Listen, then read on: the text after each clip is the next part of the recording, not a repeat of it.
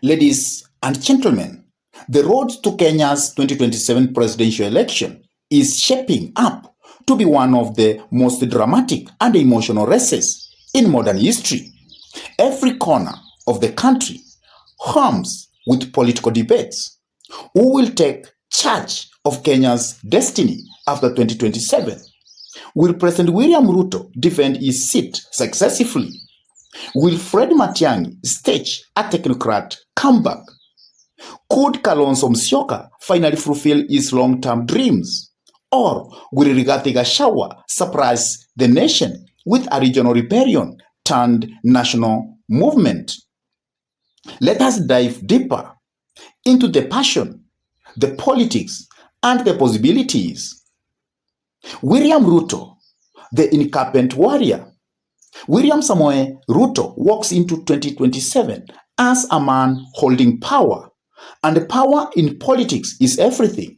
Since taking office in 2022, Ruto has worked tirelessly to build his image as a hustler president, the man who rose from a chicken seller to State House. He has structured his government around royalty and economical symbolism, the bottom-up economical model, the Asura Fund, and his talk of empowering the common citizen. But Ruto's road towards 2027 isn't smooth. The cost of living crisis has hurt the support pace. Many Kenyans, once hopeful, now feel betrayed by unfulfilled promises.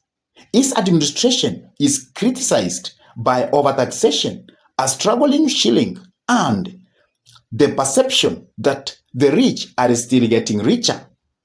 Still, Ruto's greatest strength lies on his political intelligence. He is a master strategist, patient, calculating, and reckless. His control over government machinery gives him an upper hand. He is rebuilding his alliances, mending fences in Mount Kenya, and extending influence in western and coastal regions. If he can deliver tangibly result in his second half of term, jobs, economic relief, and regional stability, Ruto could still outmaneuver all rivals and secure a second term. However, if anger in the streets continues, and if opposition figures unite around one credible figure, then Ruto's fortress could start to shake. Fred Matiang'i, the silent force. Dr. Fred Matiang'i represents different kind of leadership: quiet, disciplined, and technocrat. He is not your typical political showman. Instead, Matiang'i has always been the man of action. As Interior CS, he commanded respect, efficiency, and fear, qualities that makes him both admired and misunderstood. Matiang'i's road to 2027 could become clearer if opposition decide to rally behind a new face with credibility and competency. Many Kenyans still see him as the man who can restore order, fight corruption, and bring back accountability in government. His strong ties to the civil service and security organs gives him a potential deep state backing. If that machinery reawaken against Ruto.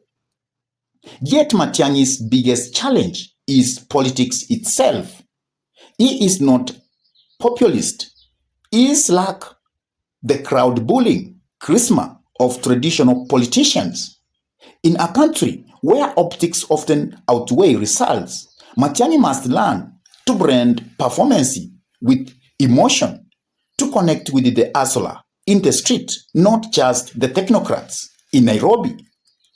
If Uhuru Kenyatta re-emerge and places Matiang'i ambition, and if opposition heavyweights like Kalonzo and Karua are lying behind him, Matiang'i could become the surprise candidate who gives Ruto sleepless nights. His leadership style may appear to middle-class voters, intellectuals, and the tired silent majority yearning for seriousness in politics. Stephen Kalonzo Musyoka, the seasoned peacemaker. For decades, Stephen Kalonzo Musyoka has been a permanent fixture in Kenya's political landscape, respected, patient, but always one step away from the presidency. 2027 could be his make or break moment. Kalonzo's politics strength lies in his consistency and experience. He is known for diplomacy, humility, and his calm approach to national issues. He has stood by Raila Odinga faithfully for over a decade, but many in his Wiper Party and Cross Ukambani now feel it is his time to run, not to support. The Kalonzo factor could reshape the 2027 race if he rebuilds strong alliances. He enjoys deep roots in eastern Kenya and growing sympathy among voters who see him as gentleman politician. The opposite of today's confrontational politics, his brand of decency could appeal to those disillusioned with Ruto's aggressive style or Gachagwa's tribal tone. However, Kalonzo faces a credible problem. Many Kenyans view him as indecisive, always playing second fiddle. If he fails to break that image and demonstrate boldness, his long potential career might end as footnote in the story of other victories. But image if Kalonzo teams up with Matiang'i and Martha Karua, backed by Uhuru silence influence, that coalition could unite powerful voting bloc from eastern Mount Kenya, western region. That is a storm that could challenge Ruto's re-election bid in a real way. Rigathi Gachagua, the mountains storm. Then there is the former deputy president, Rigathi Gachagua, the man who has turned Mount Kenya politics upside down. Loved by some, rotted by others, Gachagua has become the symbol of a bold and apologetic political style.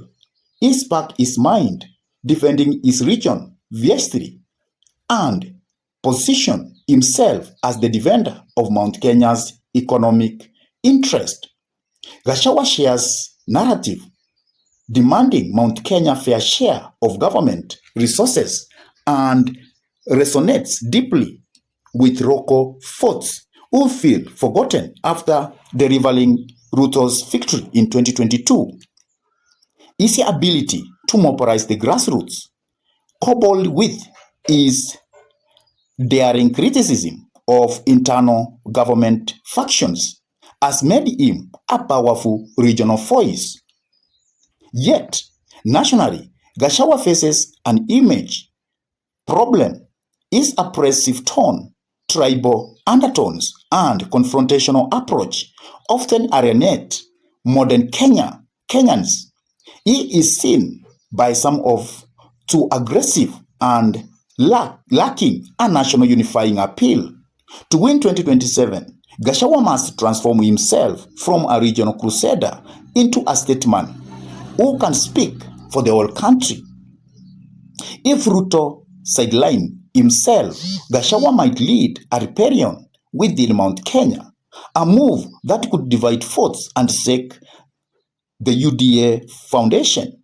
His influence cannot be underestimated, especially if the partners with influential governors and MPs in central Kenya who feel politically cornered. The big picture, Kenya's political crossroads. As 2027 draws closer, Kenya stands at a political crossroad. Ruto commands power and political infrastructure. Matiang'i embodies discipline and intellect. Kalonzo symbolizes patience and unity. Gachagua represents regional pride and raw populism. This election will not just be about manifestos. It will be about identity. Who truly represent the Kenyans' dream? Will voters choose continuity or change, populism or order, tribal royalty or national unity? The stakes are enormous. Every candidate carries both hope and risks. Ruto could either cement his legacy or face the wrath of disappointed voters. Matiang'i could rise as the reformist savior or vade into quiet academia.